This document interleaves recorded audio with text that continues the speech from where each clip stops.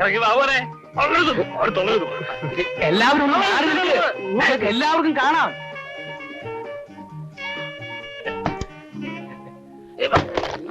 പോയാ 8,000 രൂപ അമ്മാവും കൊടുത്തു മോനെ.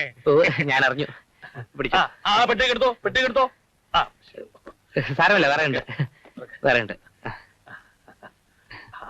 പെട്ടി എടുക്കേ. അമ്മയ്ക്ക് സുഖമല്ലേ? അമ്മായി നന്ദിനി എല്ലാരും ഉണ്ടല്ലോ. കൊണ്ടുവരൂ. അകത്തേക്ക് പെട്ടികളൊക്കെ അകത്തേക്ക് പോട്ടെ. അല്ല, ഇവിടെ വെച്ചോളൂ. ഇവിടെ വെച്ച വേണ്ടമ്മ, ഇവിടെ വയ്ക്കാം. ഇവിടെ വെച്ചോളൂ. അല്ലമ്മാവ, എന്നെ കാണാമെന്ന് ഈ പാവങ്ങൾക്ക് ഞാൻ എന്തെങ്കിലും കൊടുക്കട്ടെ?